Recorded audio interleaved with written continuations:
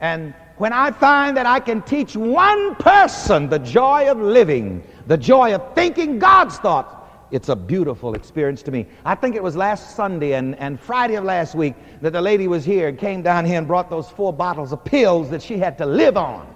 It was really 5. She didn't bring the other one. She had gotten rid of that one first. And those were heart pills. And she had to live on those pills every day. She had to take so many from this bottle, so many from that bottle, so many from the other bottle, and she had to carry those heart pills around with her. So that all of a sudden the heart didn't act right, she had to pop a pill. She was a legal junkie. You know, there are 2 kinds of junkies.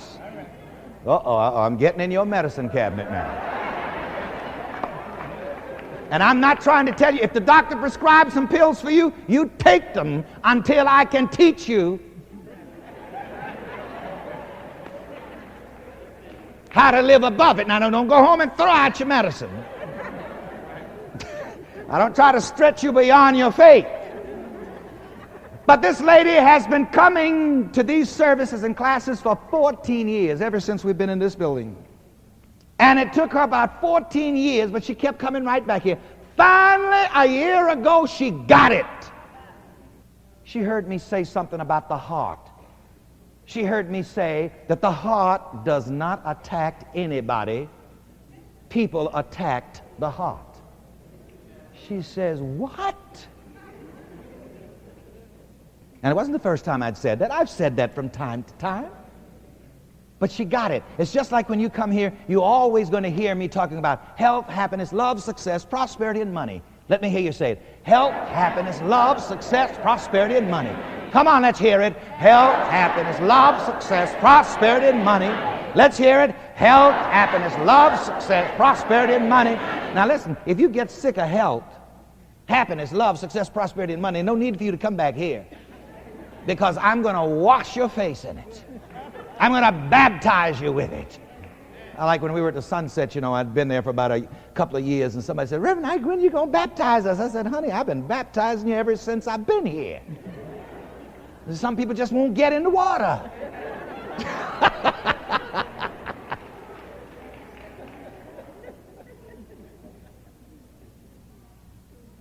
And why am I running these old cliches by you? I'm going to run them by you until you get them.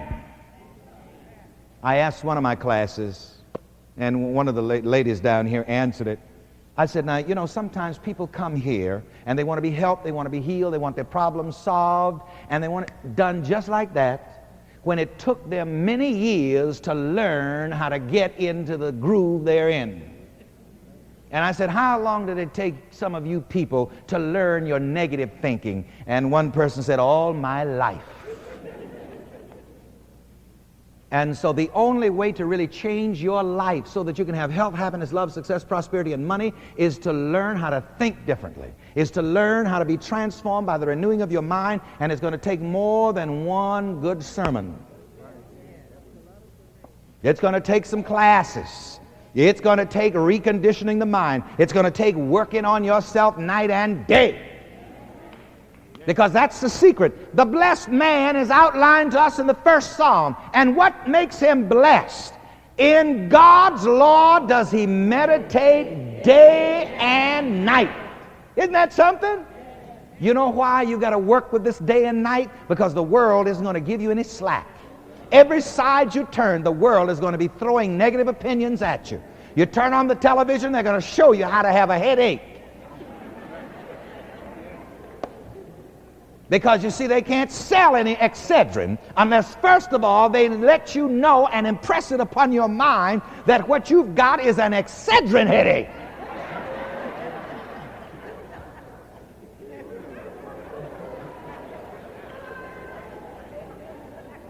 Now, where was I anyway? So what you've got to do, you've got to learn a new way of thinking.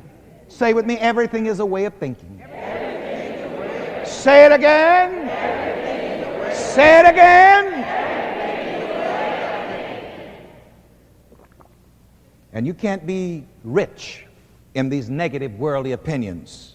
A lot of people say, but Reverend Ike, don't tell me I thought this up on me. And here's the trick, you see. You don't have to think negatives up on yourself. The world mind is busy thinking those things up for you. You have got to get out of the habit of accepting everything that the world brings along. What did I say? Get out of the habit of accepting everything that the world brings along. You don't try to give me that because I'm black. Give me some green. So you see, all of these negative ideas will make the mind rich. Rich in negatives so that it cannot enter into spiritual understanding that there is no cause in materiality. All causes in thinking. Say it that way. All causes in thinking. Now let's turn the lesson sheet over and get finished with it here. I think I'm getting through to you. That's why you'd better get into these classes. And sometimes the worst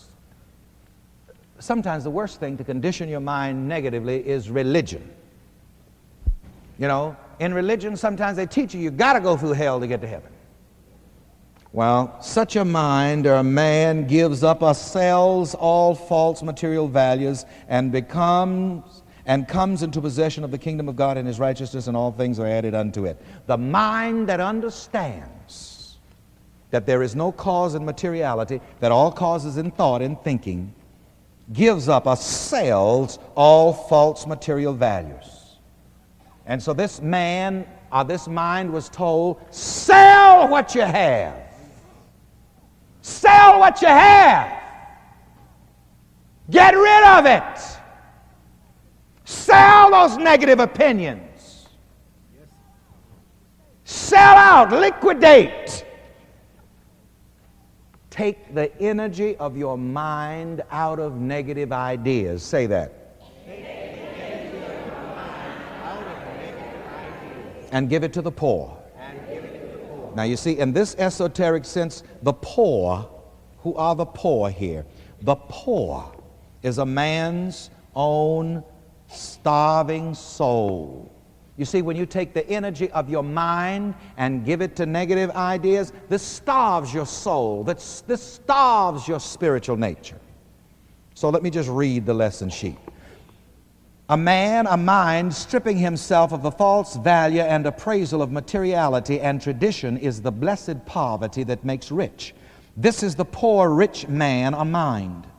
This is how a mind must become poor to become truly rich. To enter the kingdom, a mind must strip off all its material values, all of the opinions and traditions of the world that it values. Sell what you have and give to the poor. All of the great value that you have ascribed to material things must be given to your starved out spiritual nature.